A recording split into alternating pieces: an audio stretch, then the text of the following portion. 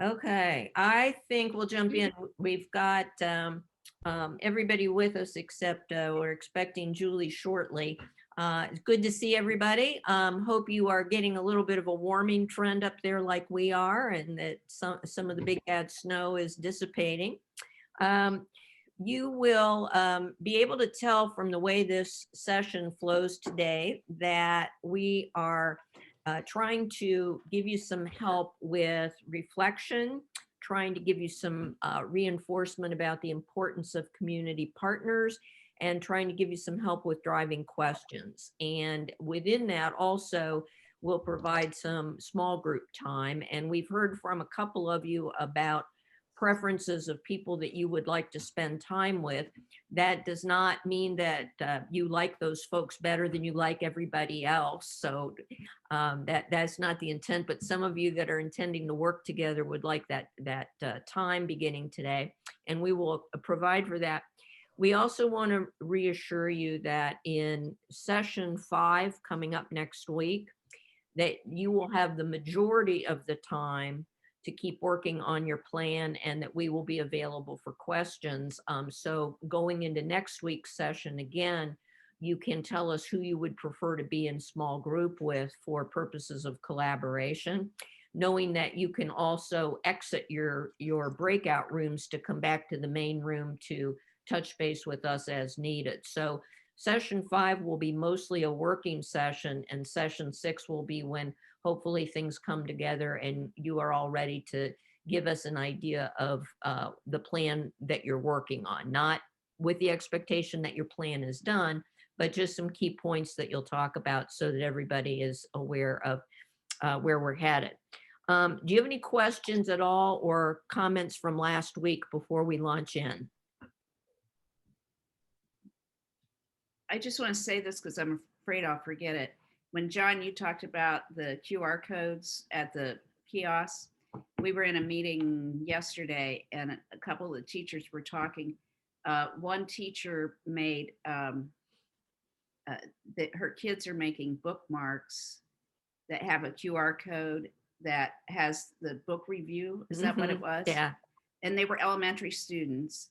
So they're going to give those out, and so that kids can listen to a book review by the kids. They're going to be slipped into the books too in the library. Yeah, that's yeah, exactly what it was. And the other, maybe you guys have heard of this. I have no knowledge of being able to do this, but the middle school and high school orchestras are playing. It was for Valentine's Day, and they sent Valentines to the like a retirement home, nursing home, and they recorded. There was some way to record the orchestra playing on the envelope. Have you ever heard of that?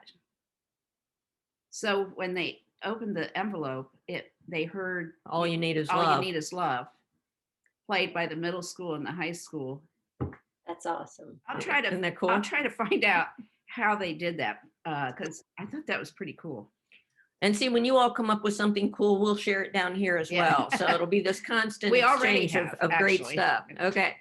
The first tiny video that we want you to see is of a young 5th grader a number of years ago who, as part of a service learning project on homelessness, had an opportunity to visit a shelter. And this is really quick, but the main question that we want you to think about as you watch her for a minute is, what are the things you think she got out of that experience?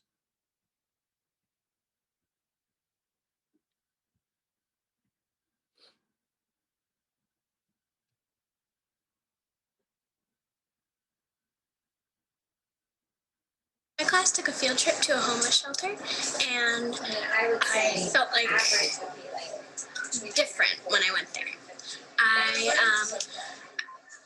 felt I would always remember the smiles on everyone's faces because they seemed happy but sad at the same time, almost as though they were hurt inside.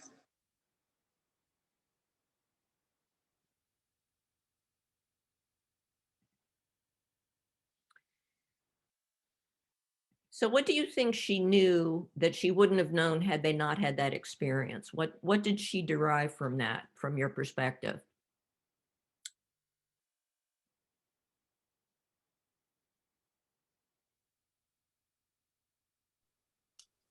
Just the part where she said they're think one smiling, thing- but they're sad at the same time.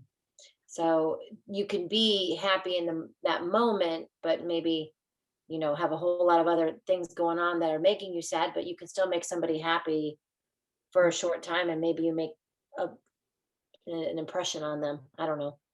That's a very good way of summarizing. Debbie, you were ready to say something as well. Oh, sorry, Debbie. That's okay. I think something similar I was going to say was, even though they're in a situation that's not what everybody would like to be in, they still found some happiness in their life. They weren't completely miserable, even though they were struggling. Okay, all right. Anybody else? One more reaction. John? I'm viewing this the opposite way because working with fifth grade, how you doing today? Happy, sad. They're like very limited on their word usage in regards to how they're feeling. But I think this little girl saw they're all smiling, but she saw the pain behind that. Mhm. That's how I interpret it. Not that they were all happy, but she actually saw that this mask was in front of all these young people that, yeah, we can Yeah. smile, but there's pain behind that, which is huge for empathy. That was such, oh, I'm sorry, John, if you weren't No, finished. no, I'm done. It strikes me that it was such a deep reflection. If you'd have just had her write down a few things, but you could tell she was really thinking about it. And I think without having that experience, if she only saw photos, if she hadn't had that interaction, it changed. And if she hadn't had the opportunity to have deep reflection, she might not have realized what she took away from that experience. I also don't think that she would have been at that point of insight and empathy without all the study about homelessness as an issue that led up to the visit. If you had taken her class and simply taken the field trip without the basis for understanding the issue, you would not get the same thing. And likewise, if all you could do was a factual study of the issue, that may be better than nothing. Indeed, it probably is. But when you combine the expert piece, the preliminary investigation of the issue, with the actual outreach piece, the piece that feels more authentic, then it results in something quite different. So Sometimes too, and we've seen articles written about this, that if sometimes service without the preparation and the reflection can almost be harmful to kids, or a not a good experience. Maybe I should say it that way. And maybe some of you have had this experience when you were in school. I was in elementary school, so I mean, this is like 60 years ago. And I can remember like it was yesterday, our music teacher took us to a nursing home with really frail people around the holidays to sing. I have still awful memories of that. I was scared, didn't know what to expect. We sang, then we went back and never talked about it again. So there was no preparation. I mean, we were doing a good thing, but my memory of it was not positive. And so the way you creative teachers prepare kids changes that whole experience for them, because that girl going to a homeless shelter without that preparation might have had a similar reaction that I did, and been scarred for 60 years. Now we're going to stay on the same issue for some of our experiences today. And so we've been talking about how that fifth grade class received preparation in advance of their experience. So I want you to assume for the next half hour or so that you are receiving a little bit of preparation on the same issue. We're treating you as adult learners in this regard, but we're educating you with the help of a community partner that we work with a great deal and really respect and adore. Think of it as preparation as if you were contemplating doing something with your students around this issue, but you are wanting to know a little bit more first about the agency and about the situation. And we're going to see what you can learn from Sarah Loken. I want you to keep 3 things in mind that we're going to ask you about after you see 10 minutes worth of Sarah's presentation. First, I'm going to ask you a what question. You know that good reflection is about what, so what, and now what. And the what question is simply going to be, what did you hear that was new or significant for you as a learner? What popped out that was new and important? It may be numbers, it may be photos, it can come from anywhere, but what is a piece of new learning for you? The second question is, why did you pick out that piece as significant? What is important about that for you? And the third thing is, listening to Sarah, what does that make you want to learn next and or do next? So that's the now what question. Having heard this much, what else do you wish you knew? Or what kind of action or emotional reaction does it prompt in you for doing something? Okay. This is Sarah Loken from the Community Shelter Board in Columbus.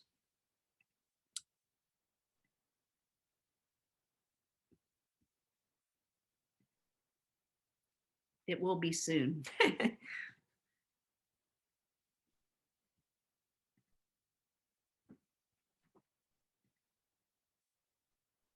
And as motels reopen, it's harder and harder. Good morning, everyone. This morning. I'm going to share my screen with you.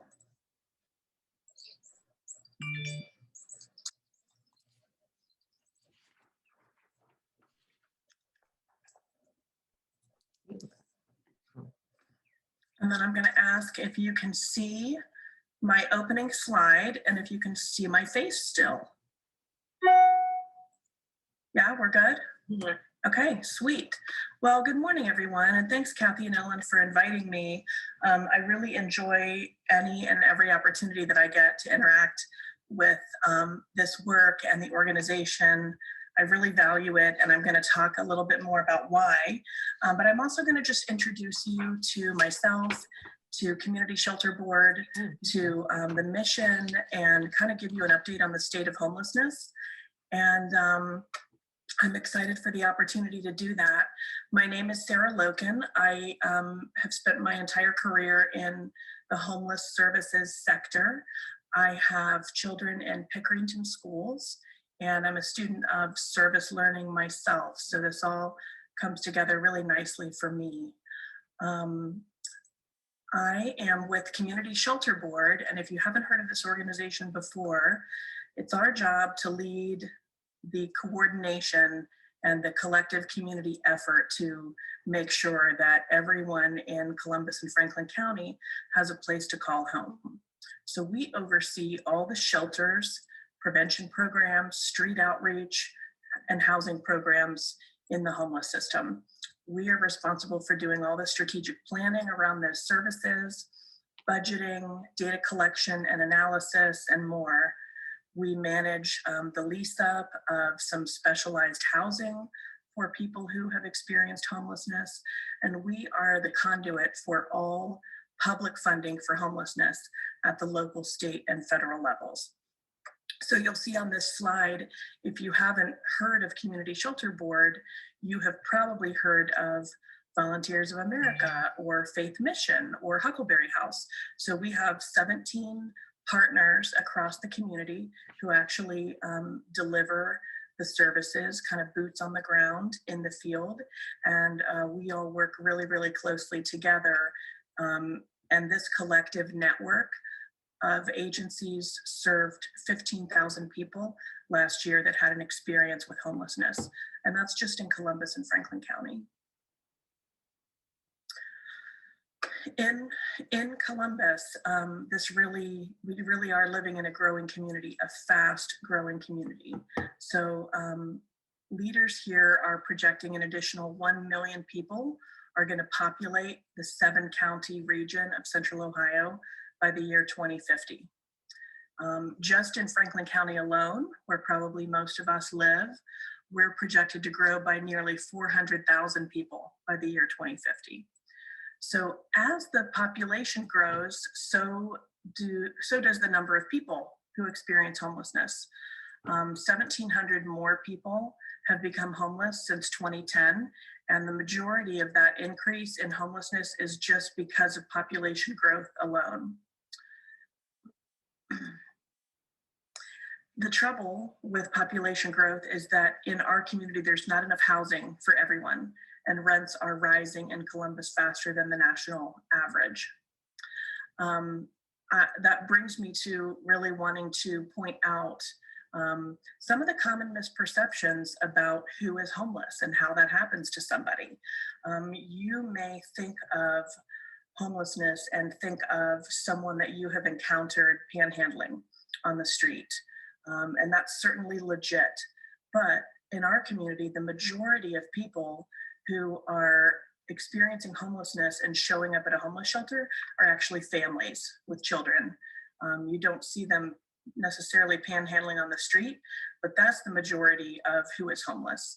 And I encounter in my work a lot of misperceptions about how homelessness would happen to someone. There certainly are stories of people who have experienced drug addiction or had a really serious kind of health problem or mental health challenge that kept them from working and being able to take care of themselves. But most often, I'm encountering in the shelters people who are working full time, but are making minimum wage and actually can't afford the typical apartment in Columbus. So, you know, it's not always what you might expect. And I think that's a really important thing to understand. You know, the kind of housing that we need for, unless we're going to address in our community the minimum wage issue, we need more affordable housing, which is just housing that can be afforded based on the current wages in any given area. In Columbus and Franklin County, it's been quantified that we have a shortage of about 54,000 places for people to live who need that affordable housing. That's a giant gap.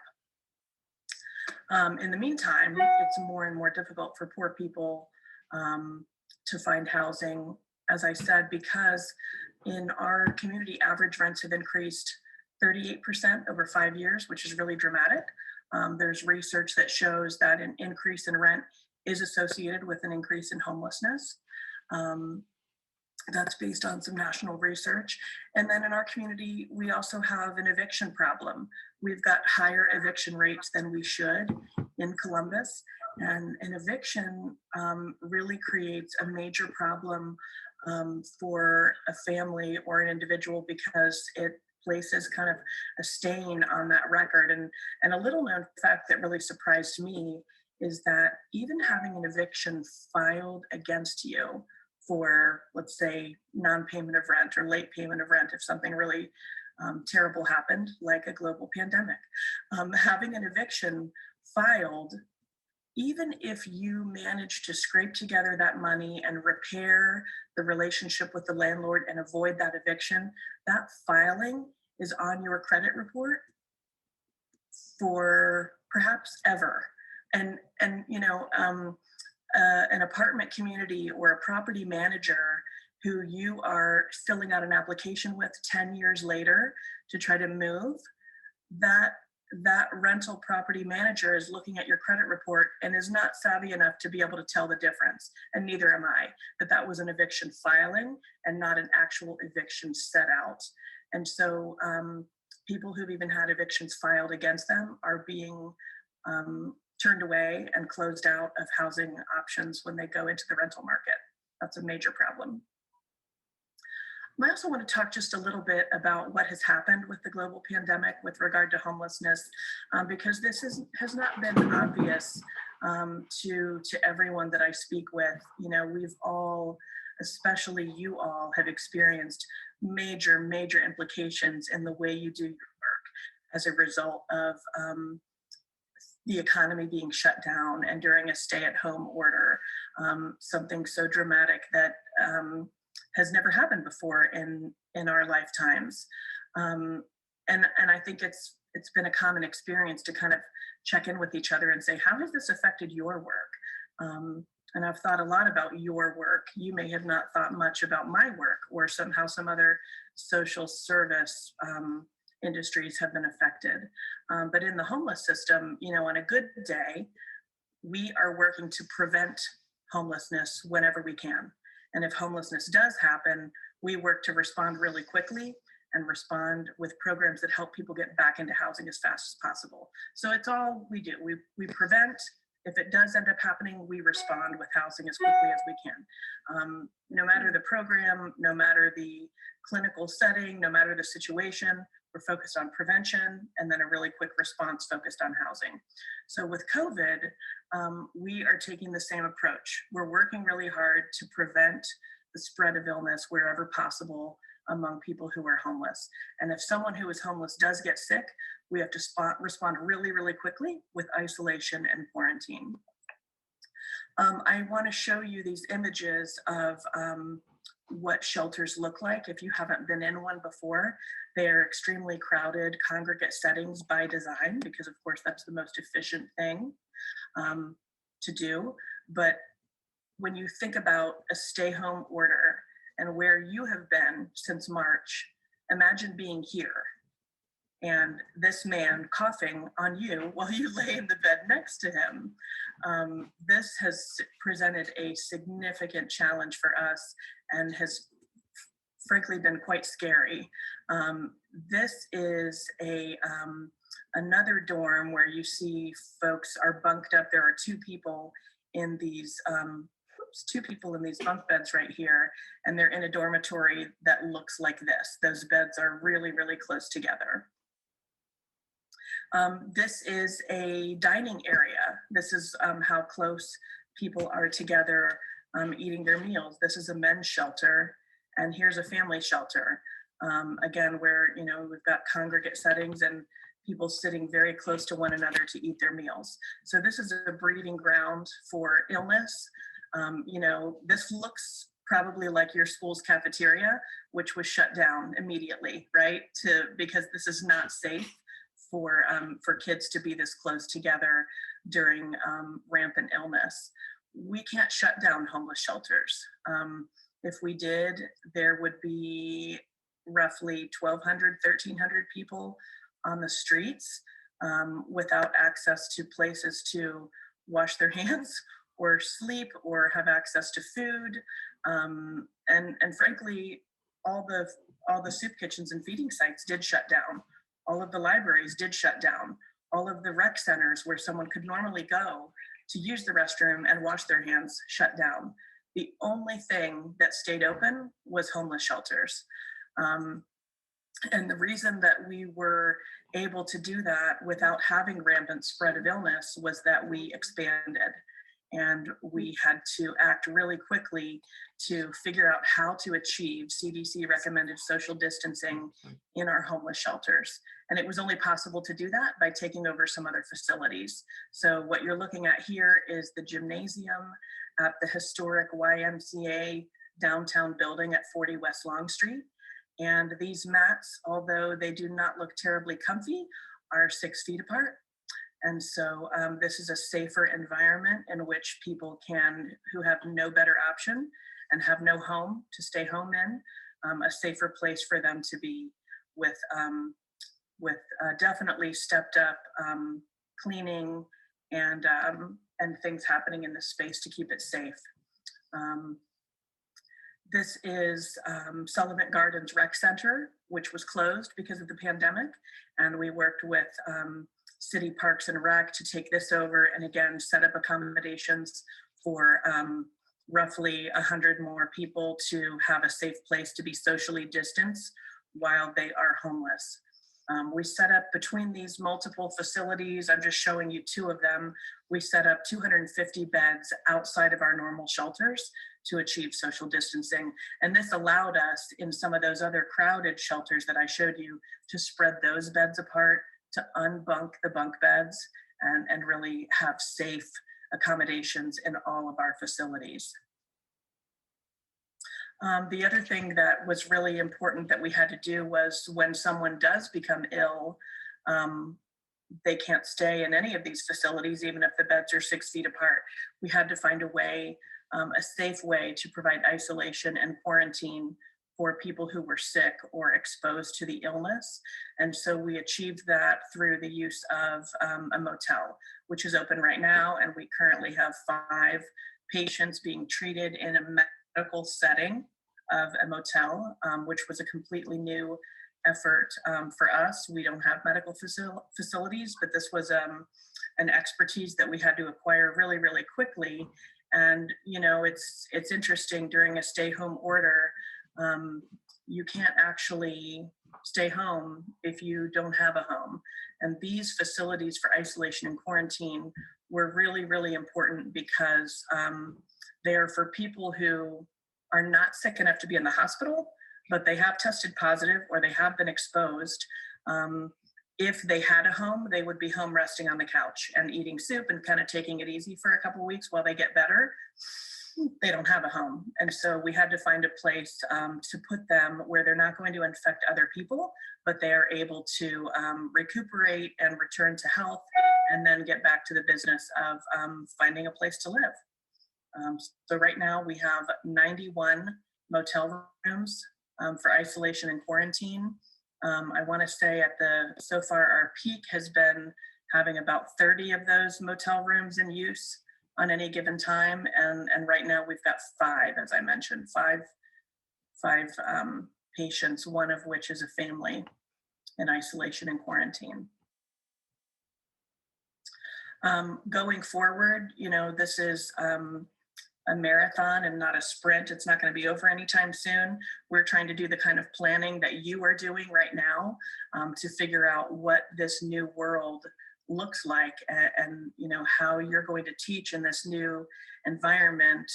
We're figuring out how much worse is it going to get and how do we need to be ready to respond to perhaps more incidences of homelessness with rising unemployment rates, with a backlog of evictions that are going to be filed and actually processed. And the Los Angeles Times is predicting that as we see unemployment rise as a result of the pandemic, we should expect a significant increase in numbers of homelessness across the US. So we're doing a lot of planning to try to ready our system for that, focused on not building more shelters to respond to that need, but focusing on stepping up our prevention efforts and making sure that we're really well prepared to rapidly rehouse people who do become homeless as fast as possible.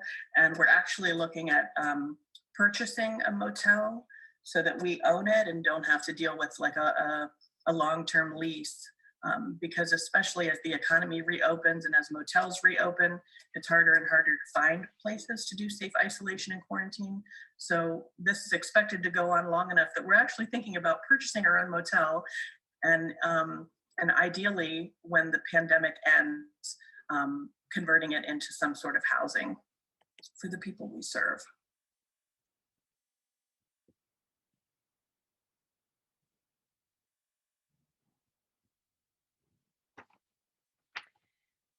For those of you that are interested in hearing the rest of that session that Sarah had with our summer people, it's in your Google Classroom and you can hear the Q&A. But we would like to get 2 or 3 quick reactions. What is the thing that jumped out at you as revealing, surprising, important? What would you pick?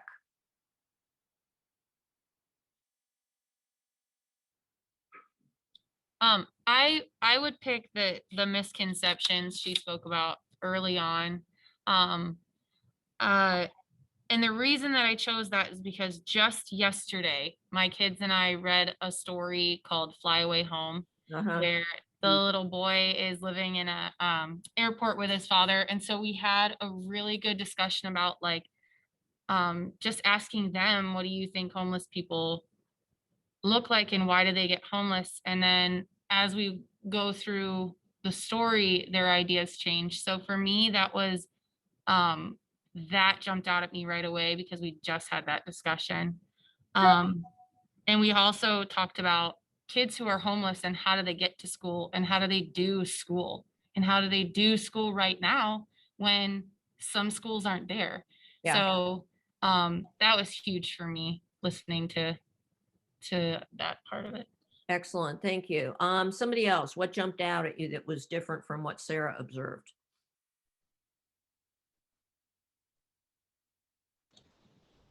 I'll go. For me, it was just looking at how many beds and mattresses were in each room. That was mind blowing to me. And I just I chose this because I never had to share my room growing up. And I don't think you realize how lucky you are. I mean, my house wasn't very big, but my sisters and I all had our own rooms and didn't have to share. And I just want my students, and Matt and I were talking a little bit about this yesterday. I just want my students to realize how fortunate they are and maybe research and compare how a lower socioeconomic status compared to our students here in Tallmadge. And Matt and I said, not all students, but many are very fortunate here. And I just want them to see how it's different from their own lives. Not even during pandemic, because she was talking about COVID, but Sure. I mean, I had a homeless student last year here in Tallmadge. They aren't here anymore. They moved. But I never would have considered him homeless. And I didn't realize that. It's present in nearly every community, even when you don't think so. And Sarah's point that the issue is not laziness, it's often not unemployment, it's often not drug abuse, it's lack of affordable housing. And I think most folks do not realize that, and it casts an entirely different light on the issue when you get in touch with that piece. One more observation from you all, and then we're gonna have you debrief a little bit further in breakout rooms. Yeah, Irene? Just in the very beginning, when they said that Columbus is surpassing San Francisco, I assume they meant in size, like number of people, population. Yeah. I think that's crazy. Yeah. And then with more population, definitely comes more expensive housing. And what happens to those people? Absolutely. Absolutely. And that really gets your kids into systems thinking. You know, how does the community strategically deal with those situations? You can't ignore it.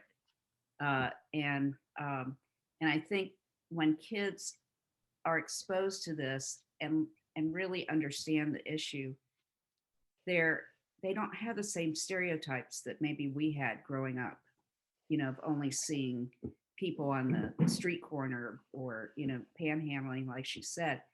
And it only takes, you know, if your child has a serious medical issue that is long lasting, it doesn't take long until you run out of insurance. And sometimes people who would never have been homeless have a catastrophic health event and find themselves in that situation. Yeah, this is a terrific issue to do a flow chart where kids or adults can identify before they do anything, all the reasons that they think contribute to homelessness. And then you engage in some learning and then you revisit that afterwards. And there's a whole different picture that can be revealed through their own discovery. And how important were the statistics that, Irene, every time I see statistics, I'll think of you from now on. I was just going to say, my husband, until the last 2 years, worked down at the Haven, downtown Akron. And the thing that, like we were talking about, is that really, for so many of those people that are down there, it's one decision, one choice Yep. they made. Yep. There are those that, you know, do have the mental health and don't want the help or that sort of thing. But when, you know, they talked about families, and the majority of it being families that are in that situation, you know, the Haven is one of the larger areas that house people, but they don't allow families to be together. They, you know, it's men and then the women and children. And, you know, they live separately and that sort of thing. But even he still has connection down there. But he was saying the amount of people that they're able to serve right now is so much less than what it had been, because they have to try and socially distance those beds, and they've got cots and things everywhere trying to help manage that. But yeah, it's affected how many people they can even help, Mhm. because Absolutely. they can't, you know, get everybody distanced. Yeah, What we'd like you to take away from, I think John, did you have something? Oh, real quick, I got angry at watching this because I'm like, can't we do better? As the United States, why? And, you know, we had a discussion at lunch a couple weeks ago about, you know, raising the minimum. Oh, well, you know, it's like, yeah, I would work for fit. No, you would not, because $15 an hour is just going to help a little bit. The problem are the CEOs. They're not willing, because then it's like, oh, well, then you're going to pay $11 for a Whopper now. No, I'm just like, can't we do better? Dear God. Anyway, that's my thought. well, and that So, was an important thought, and one we probably can't address right at this second, but perhaps down the road, but an important observation for sure. We hope you take away from this that even though our class last summer was in the height of the pandemic and we couldn't take our group of teachers on any live experience, they learned a lot from Sarah, and having a community partner to provide some expertise and background was really important. And I think you all are going to encounter that as well. And also having some reflection questions for people to be thinking about while they have the experience is helpful. I think we were able to get a lot from you because we had cued you how we wanted you to tune into the presentation. So hopefully you found that worthwhile. We want to put you into breakout rooms, and we know that Matt Hagedorn and Mallory want to be together. John, are Hey, you, wait a minute, I'm going to start grouping people. So I'm going to have Ellen. Can I ask an completely unrelated question? Sure. yeah. Debbie, how far away do you live? Matt, and who was it? Sarah? About 45 minutes. Oh my gosh. Oh, I'm so sorry. Irene, I live an hour away. I live in Cleveland. What? Yeah, Debbie and I do the long drive. So does Natalie, Jamie Lynn, Ari. Yeah. Oh, I shouldn't tell you that I live in Tallmadge. John, are you and Sarah working together or not? We can't hear you. Yeah, I can work with the primary, elementary, absolutely. Well, you had said something about the outdoor space before, so I don't want to make any assumptions. So Just tell us who wants to be with who. So we've got Mallory and Matt in one room. Who wants to be in room 2? we're just doing pairs. And if you guys don't have a preference, then we'll just randomly do that. Joanne and I could be together.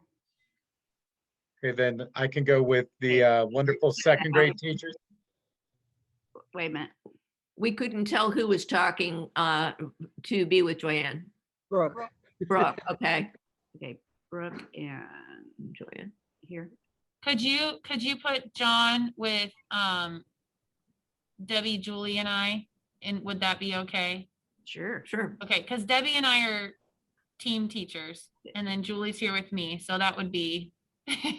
Debbie, John. Well, then you should put Matt Morrissey and I together because I think we're who's left. Where's Julie? Is Julie I'm here. Jim? Oh, you're with her, right? Yeah, we're. Oh, okay. All right. Okay. Sorry. No. And then we've got Irene, Sarah, and Matt. Is that okay? Matt Morrissey. Does that work? Well, I think Sarah needs to be with Julie, just because it's Sarah's computer. Well, Right. and yeah, and I was gonna say Debbie, second grade, like, because Debbie and I are team teachers, so we're semi working together on some things. And then John and I have chatted a little bit. I got my hands everywhere.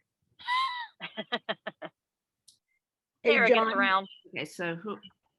I'm sorry, I was looking at the technology. What did she say? I don't know. I thought you were tracking this.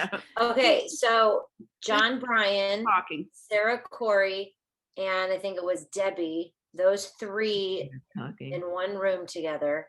Okay. Mallory and Matt Hagedorn together, Brooke and Joanne together, and me and Matt Morrissey together. Okay, so Debbie, John, and Sarah. Sarah. okay, I'm gonna have to.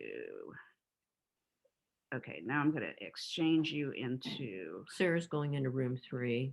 yeah.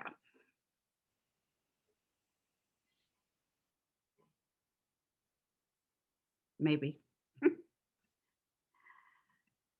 I hate when I do this manually. Okay, let me, oh, And move Irene and Matt to, here I Morrissey am. together. Okay, And then Irene and Matt Morrissey in 4. oh, okay, I'll just move him. Okay, I think we're ready. We're going to leave you for about 20 minutes. And what we'd like you to do is certainly talk about the ideas that you're working on, but try to connect a few ideas for reflection prompts or strategies to your discussion about how your plans are coming along. Okay, we had asked you to look at the reflection materials, think about some things that were appealing to you. So try to weave that sharing into your general talk about your ideas. Anybody need clarification, or are we good? So you'll get a warning 60 seconds before you come back. We will see you.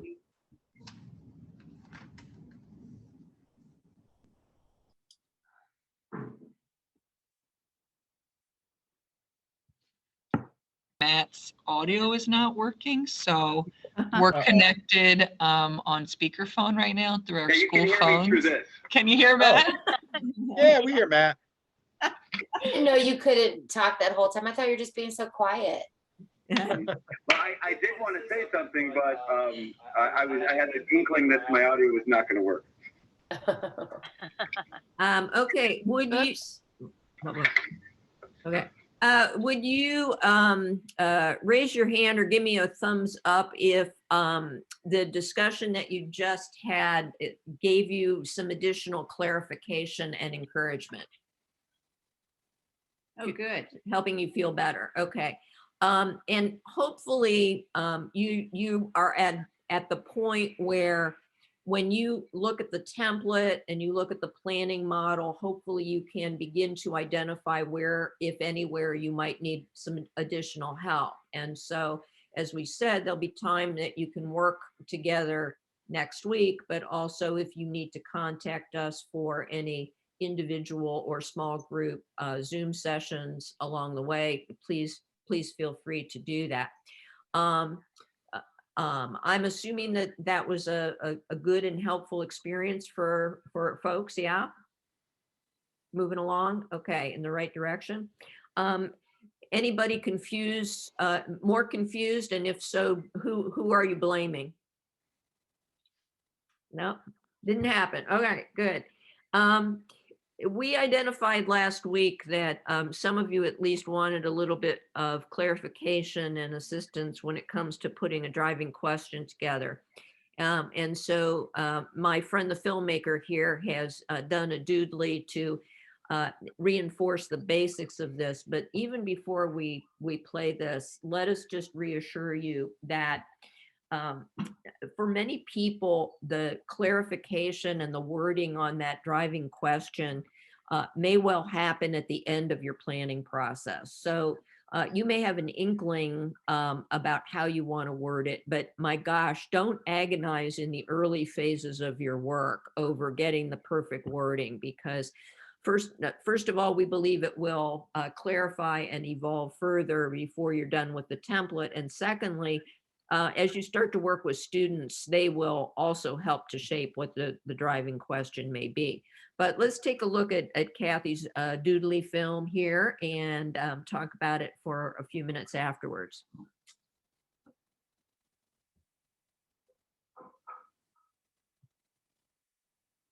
Oh, there it is. Mhm.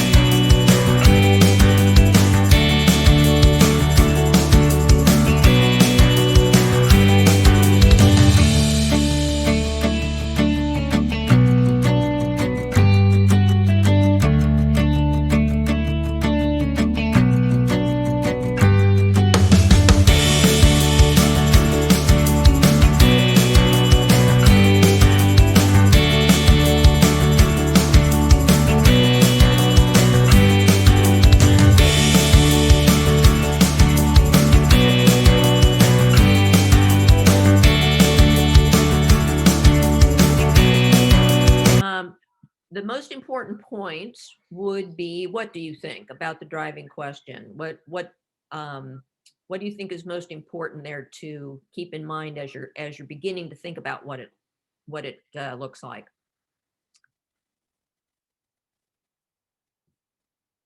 I'll give you a hint. Contains 2 parts.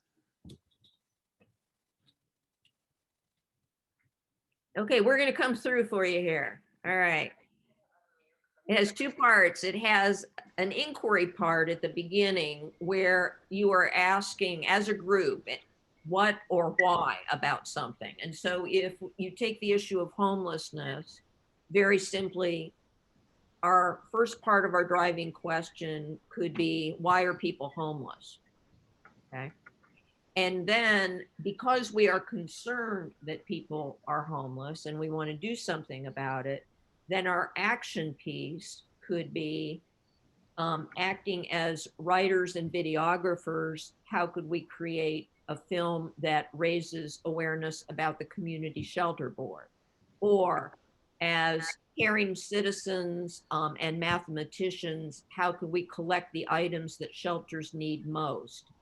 Or as statistics students, how can we use numbers to portray the seriousness of this problem, to raise awareness? Okay, so whenever possible, if we can make we the students called something else or in addition to the students, so that the kids realize they're taking on adult-like professional roles. If we are doing a water quality project and we want to say why is the water around town, what are the main pollutants around Tallmadge, in Tallmadge water, and acting as scientists, how can we explore the problem of water pollution with our city council, or whatever the action is going to be. And in that case, if you were approaching city council, it probably would have been as scientists and social scientists, because you're going to get involved in politics a little bit. So give me a thumbs up if you get the part about 2 sections in the question, an inquiry piece and an action piece. Okay. Now, if you are just doing project-based learning and you are not seeking to make that service learning, and you don't have to always make it service learning, but when you're strictly doing PBL, you may just have that really captivating inquiry question. You may not have an action question, but in true service learning, you would. And that helps to tell the kids, okay, here's the issue or the need that we're investigating, and here's what we have agreed we're going to try to do about it. Okay. And I think, I have a question.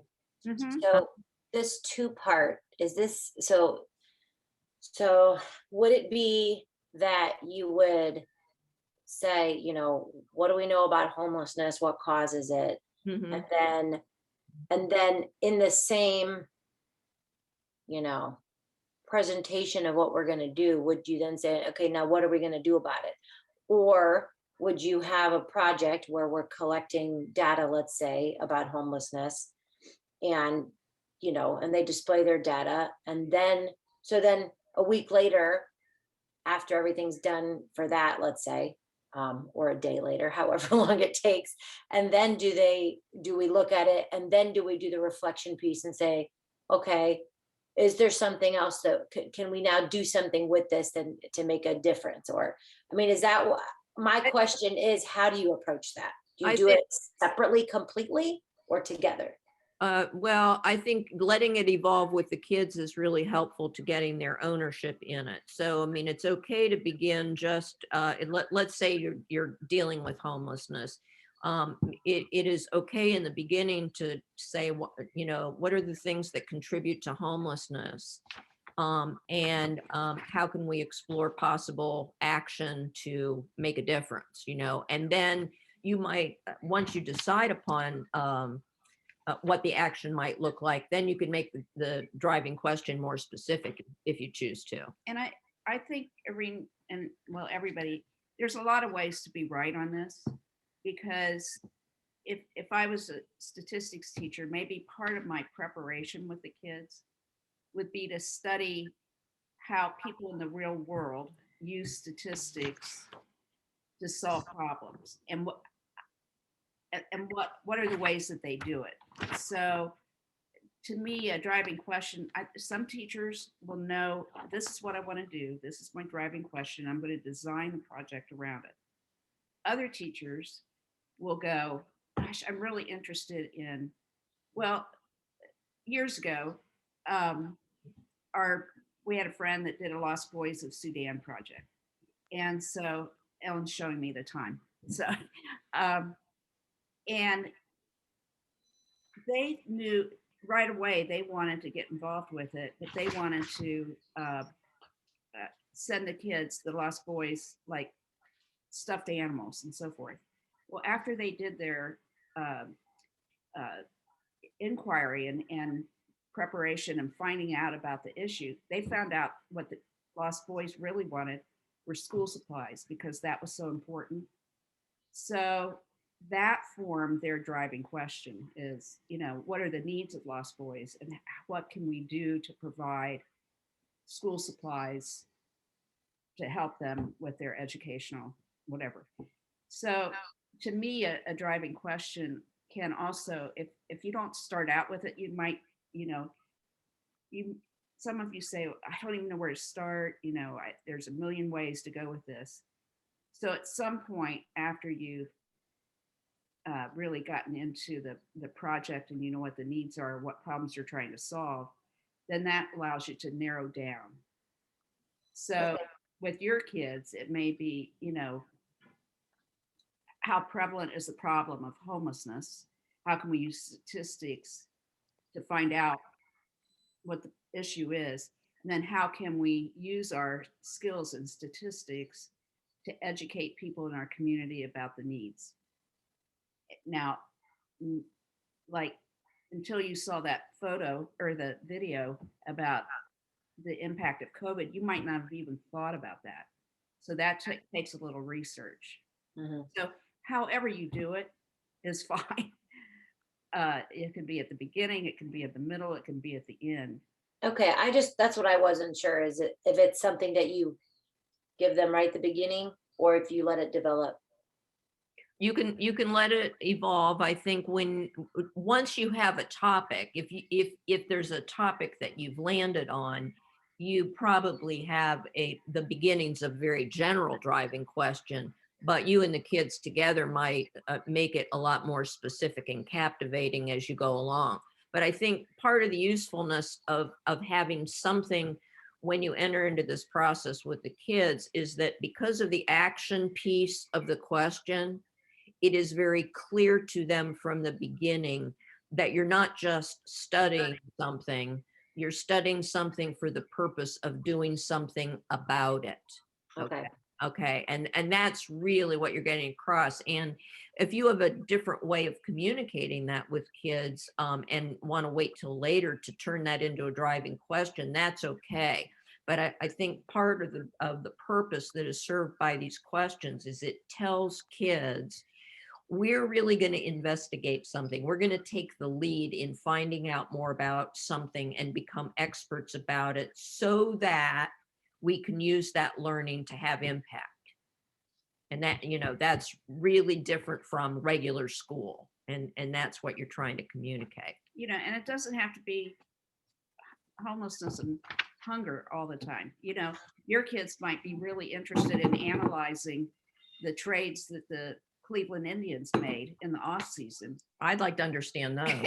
And what impact, because that's all on metrics, or a lot of times it's on metrics. So it doesn't have to be changing the world, but helping. Well, I was thinking we could study the pickup and drop off line at your guys' schools. Just kidding. Yeah. Do you have any other pressing questions about the DQ before we move on? Okay, now what I'm going to suggest in relation to the driving question is that between now and next week, when you have a lot of time to work with one another, just take a shot at where you think you are presently with a driving question around your topic, so that you can run these by each other. And when you work together in your groups next week, you can suggest catchy titles to each other for your projects. You can help each other refine the DQ for the time being, at least. And when I say take a shot at it, I mean a stress-free, non-agonizing shot at it. I mean, come in with a few words written down that have a question mark at the end, and don't put more than 15 minutes of heartache into this exercise before coming, okay, on that part of it. Okay, now, the other part that we wanted you to see before the working session next week is the talking points for what you will actually report to the group during session 6. And yeah, if you pull up that slide, we can show you. It's also on your agenda. I was going to say, I wrote 14 down.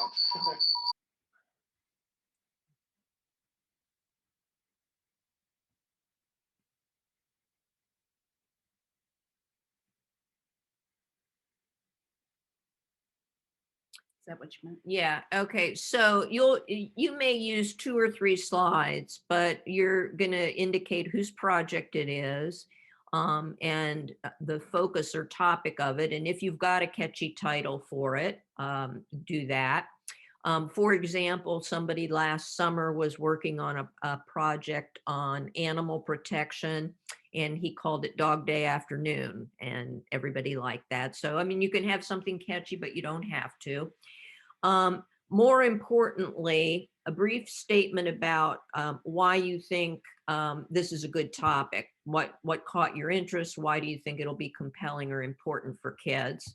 Okay, and then moving on, just a few things about how you're going to carry it out. One of your ideas for an entry event, you'll probably already have several, but give us one when you present. one of the possible action ideas that you might have. So, I mean, if we were dealing with the issue of homelessness, the possibilities are endless, and some would relate to raising awareness in the community, but some would relate to direct action, and some might relate to advocacy for getting policies changed. So you can be in any of those categories. Just give us one possibility for your topic and a couple of your curriculum connections so that we can see that you really are beginning to draw in standards to what you're going to do. And you don't have to write an essay. We're really talking No. about a couple of bullet points. No. And so, you know, what'll happen is you'll just take turns sharing the screen and explaining your bullet points to the rest of the group. So it's meant to be very, very concise and user friendly. Do you need to ask any questions about the format for that? Anybody? Okay. We are not going to go to breakout groups on the DQs because of time, but we do want to end with something that ties back into the community shelter board and the time that we spent with Sarah Loken early on. In terms of the things that kids can do that really are surprising and wonderful and insightful, we had a group of high school videography kids who attended one of our youth and teacher summits. And we were focusing on homelessness for that entire event. And in the morning, the Community Shelter Board had shared a video that they had made by an outside professional group about what it means to be homeless. And they had interviewed adults throughout the community about that topic. So we had agreed with Sarah Loken in advance that these videography kids were going to essentially redo that video, but from a kid's perspective. So this is the idea of home according to kids. High school kids did this in the space of a day. Well, 2 hours, actually. Yes. And before I do that, Mallory asked a question. I'm so glad you did, because we weren't specific on this. Both with your slides, if you're working with somebody else on a project, collaborating, you just need one slide. You don't each. One set of slides, yeah. Yeah. Okay, thank you. Same thing with the template. Yeah. Just turn in, if 2 of you are working on a project together or 3 of you, turn in one template and just put all your names on it. So Okay. Thanks for asking that, Mallory. All right. Yeah, because Matt and I are in different grade levels, pretty drastic ones. So we weren't sure if we needed to have like mine totally designed for 3rd graders and his designed for 8th graders. You'll just, I think, include, you know, what you'd be doing at 3rd grade and what you'd be doing at the high school. Okay, thank you. Okay, before we run this, is everybody okay for a couple minutes to look at it? Are we good on time? Because we know we're over just a bit. Okay.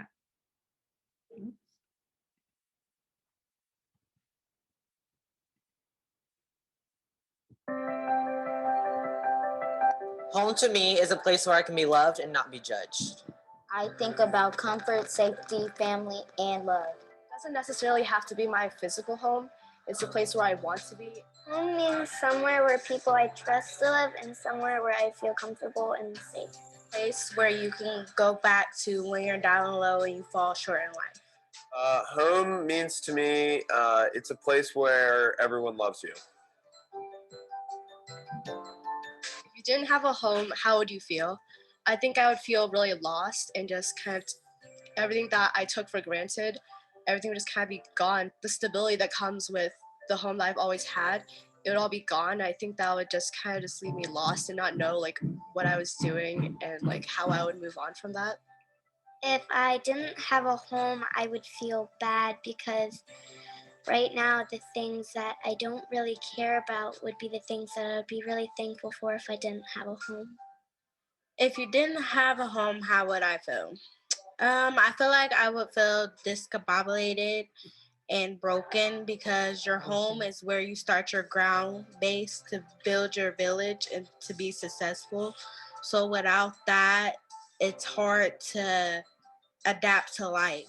If I didn't have a home, I would feel very depressed because I feel like if you had a home, you could go home and unload all your feelings about how you're feeling that day.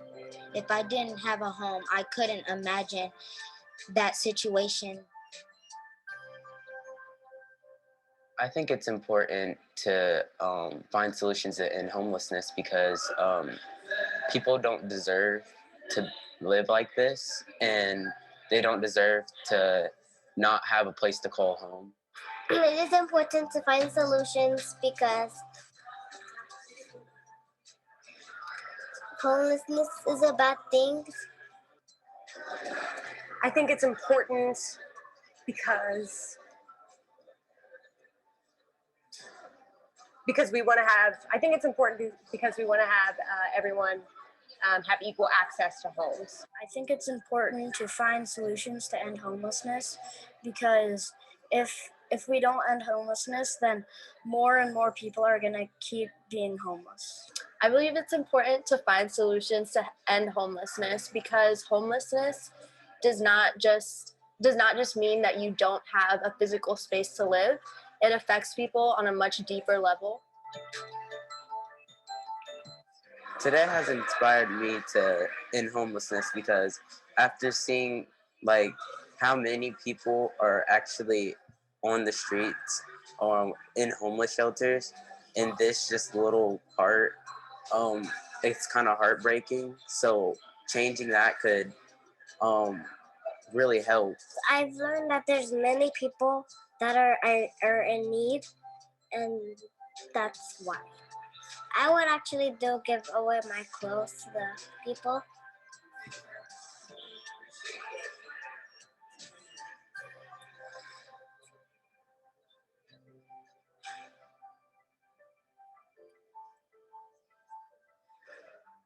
Okay, I want to be a part of a team to help end homelessness. I want to make sure all people are equal. Today has inspired me to end homelessness because I realized how many people are homeless today. We could try to make more like housing shelters for the homeless people. Well, I didn't realize how prevalent the issue was and how close it is to home. It impacts me more than I originally had thought, and so that kind of makes me want to make more of a difference.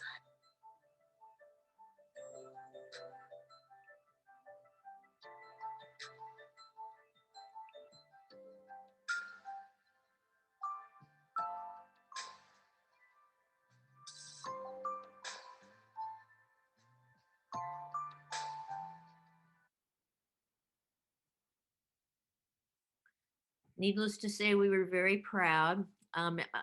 If you didn't catch this, that was set up with a what piece, a so what piece, and a now what piece. And when you think about what you guys do every day, this was, they heard a 20-minute talk by the people from Community Shelter Board. We did a couple of activities, and K through 12 students were inspired to want to take action. And so when you think about what you can accomplish that you do all the time and do this in an intentional way, it's powerful. So let us know. Can I ask, where were they? Were they in a warehouse? They were at Mid-Ohio Food Bank, which is an absolutely phenomenal facility. And when they opened the new one, when you first walk in the front doors, you see the warehousing operation from floor to very high ceiling with just so much food being distributed that you are immediately in touch with the scope of the operation. Yeah. Anything else for the good of the order? We will hope to see you next week. I am here with a very bad knee. We are hoping that it does not need to be acted upon and cause any changes in the schedule, but I know you will be understanding if we need to alter something. So. And Debbie, I can't believe you're still in the car.